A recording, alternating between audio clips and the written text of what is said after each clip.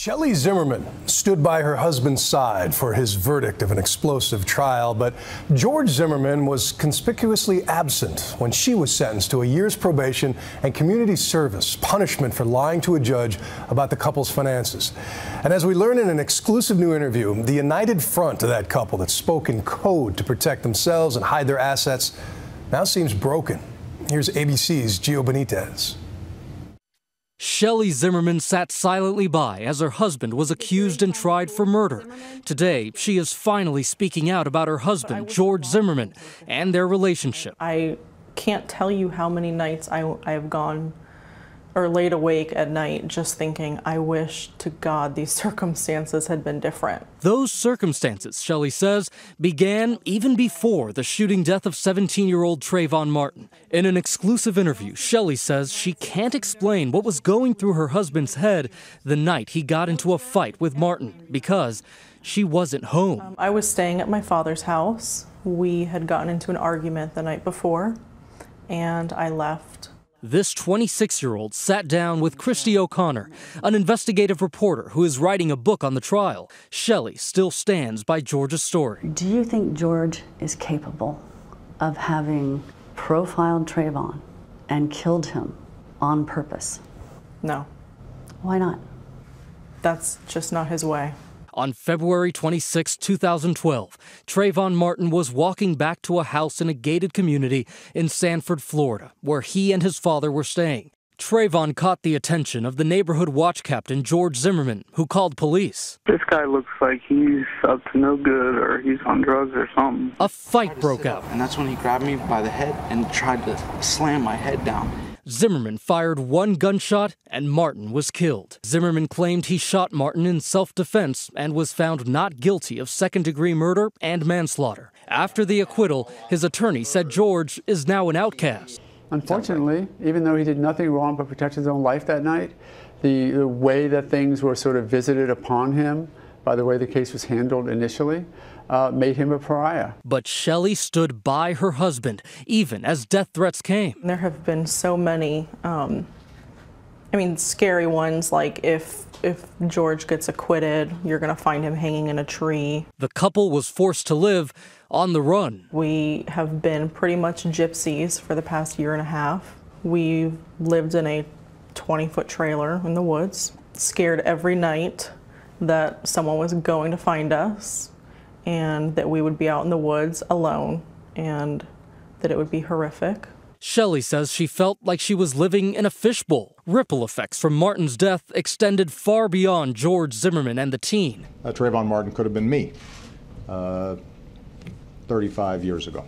Sparking massive protests across the country. Justice! Now! Justice! And Shelley Zimmerman found herself caught up in those ripples. She admits she lied for George at his bond hearing, hiding how much money they had from a judge. Why did you lie? Fear. Of? Many things. There's the fear of just other people knowing how much money we had come into, and that was a lot of money for us. When George was arrested, internet donations began pouring in. His lawyer said about $200,000 to help pay for his mounting legal expenses. Their reaction to this huge windfall was captured in taped jailhouse calls. And after that happened yesterday, he said so many people, just your site kept crashing. But also perhaps early signs of a wife's growing ambivalence. After this is all over, you're going to be able to just have a great life. We will. Yeah, we will. Prosecutors say the couple used a code language to try to keep their conversations about their finances from authorities. For example, calling PayPal Peter Pan. Ken's going to go from Peter Pan to me. While in jail, Shelley helped keep track of how much money was in George's account. Okay, so total everything, how much are we looking at? $155. Prosecutors say that's code for $155,000. But only days later, Shelley was pleading poverty. That you all have no money, is that correct? knowledge, that's correct. Were you under any pressure from anyone, George, Mr. O'Mara, his team, to lie? I'm not going to go into that right now. Wednesday, in the same courthouse where her husband was acquitted, Shelley pleaded guilty to a misdemeanor perjury charge.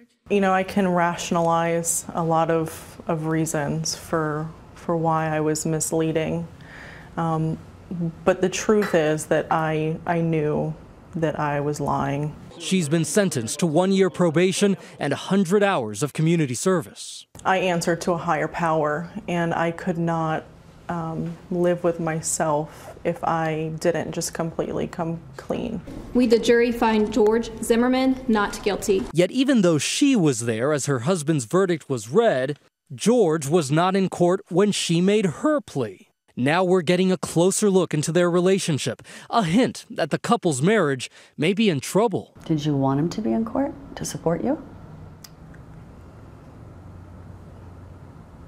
I always want my husband's support.